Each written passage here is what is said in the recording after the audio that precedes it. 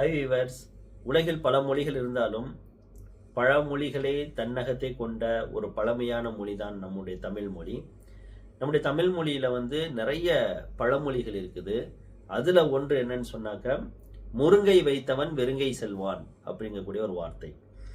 இந்த பழமொழியை கேட்கக்கூடிய பெரும்பாலான மக்கள் என்ன நினைக்கிறாங்கன்னு சொன்னா, முருங்கை மரத்தை வீட்டில் வளர்த்தால் அல்லது முருங்கை வியாபாரம் செய்தால் அந்த வியாபாரி வெறுங்கையுடன் நஷ்டத்துடன் வீடு திரும்புவான் அப்படிங்கக்கூடிய ஒரு அர்த்தத்தை புரிந்து வைத்துள்ளார்கள். அதனுடைய உண்மையான அர்த்தம் என்னவென்று சொன்னால், முருங்கை மரத்தினுடைய வலிமையையும் சக்தியையும் அந்த வார்த்தை சொல்கிறது, அந்த பழமொழி சொல்கிறது. முருங்கை மரத்தினுடைய இலை கீரையாகவும் அதில் வளரக்கூடிய காய் முருங்கைக்காய் சத்தான ஒரு பொருளாகவும், அதனுடைய கோந்து, அதனுடைய பட்டை, அதனுடைய வேர் இவை அனைத்துமே மருத்துவ பொருளாக பயன்படுத்தப்படுகின்றன.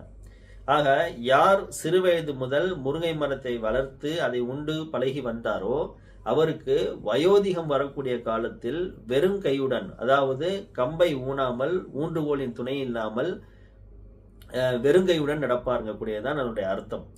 இது போன்ற நிறைய தமிழ் பழமொழிகளுக்கு தவறான ஒரு புரிதல் நம்ம இடத்தில் இருக்கிறது. நம்முடைய சேனல்ல இதனுடைய விளக்கத்தை தெரியப்படுத்தலாம்னு சொல்லி இருக்கிறேன். தேங்க்யூ ஃபார் வாட்சிங்.